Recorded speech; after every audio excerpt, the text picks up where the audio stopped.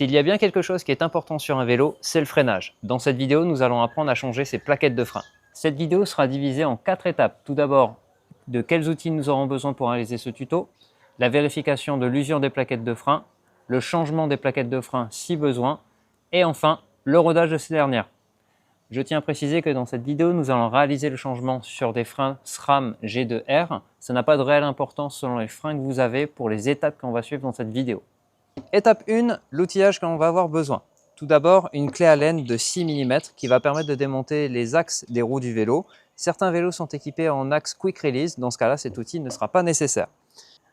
Un tournevis plat qui permettra d'éjecter le pin de maintien des plaquettes de frein. Troisième outil, une autre clé Allen, cette fois de 2,5 mm, qui permettra de dévisser l'axe maintenant les plaquettes entre elles. Du dégraissant et un chiffon propre afin de dégraisser le disque et l'étrier du frein. Dans le cas où on réalise des changements de plaquettes, des plaquettes neuves. Et enfin, si on a le luxe à la maison, une clé dynamométrique qui permettra de resserrer l'axe de ces roues correctement. Si vous n'en avez pas chez vous, c'est pas grave, vous resserrez tranquillement vos roues sans serrer comme un gros bourrin. Dans l'étape 2, on va donc vérifier l'usure des plaquettes. Pour ce faire, on commence par retirer le pin au niveau de l'étrier à l'aide de notre tournevis. Ok. À faire attention parce que le pin est vraiment minuscule. J'essaye d'avoir le focus sur l'appareil. Il n'est pas évident. Voilà.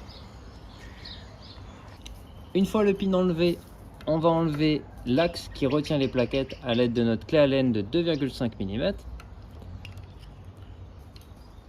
Un extrait. Et maintenant, on peut enlever les plaquettes d'un seul tenant.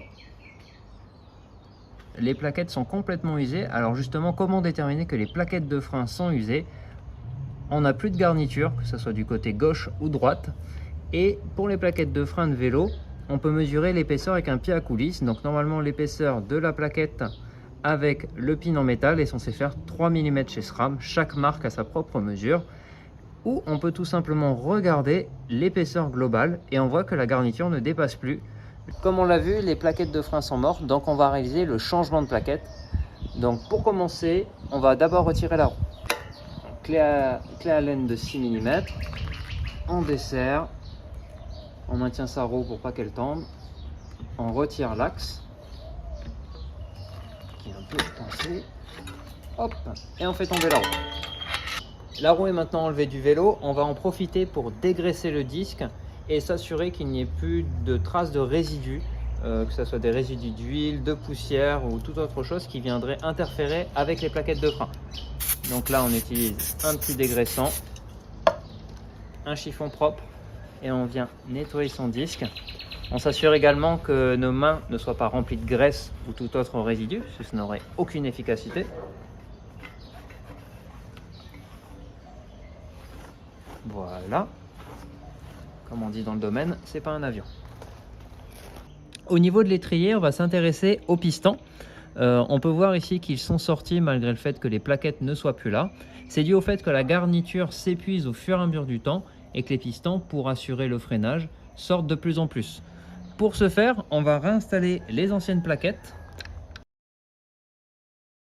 On va utiliser le tournevis pour repousser les plaquettes de chaque côté. Il existe des outils spéciaux pour effectuer cette action. On est dans un tuto pour réaliser ça à la maison, donc on ne va pas s'embêter avec ce genre d'outillage. Donc on a nos anciennes plaquettes, on vient avec le tournevis pousser de chaque côté. Le but est de faire rentrer les 4 pistons à l'intérieur. C'est pas forcément évident avec la caméra qui est devant. J'ai pété le tournevis.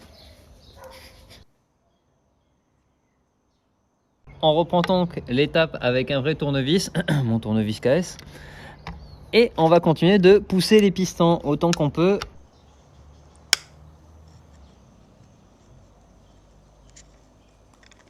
Putain, ils ont vraiment taillé les traits pour que ça soit bien pété. Donc, les pistons sont tous bien rentrés. On peut retirer pour la dernière fois les anciennes plaquettes.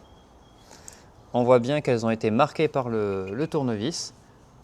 C'est pour ça que c'est important de réinstaller les anciennes plaquettes pour cette étape afin de ne pas abîmer vos pistons. On va maintenant installer les nouvelles plaquettes. toute belle, toute neuve, avec de la garniture. Et c'est sûr que si on compare avec les anciennes, il y a un monde.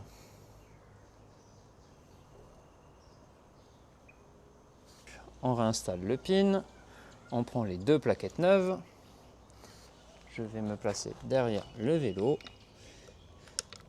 Les plaquettes sont en place. Je vais donc réinsérer mon axe avec ma clé BTR de 2,5 mm. Je visse.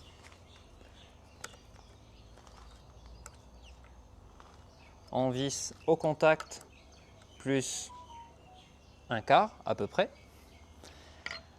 On réinstalle le pin. Pour installer le pin, il faut faire juste attention à ne pas le faire tomber au sol. On vient par-dessus, on le remboîte, c'est terminé. C'est plus simple quand il n'y a pas la roue. Et il ne manque plus qu'à réinstaller la roue. Donc on fait attention à bien serrer le disque avec les nouvelles plaquettes. On insère notre axe.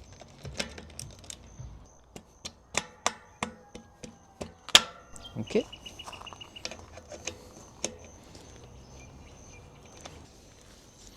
Ok. Et là, j'utilise une clé dynamométrique. Donc, RockShox recommande d'appliquer un couple entre 8,5 et 13,5 Newton sur la RockShox Zeb. Je me suis donc placé à 10 Newton sur ma clé.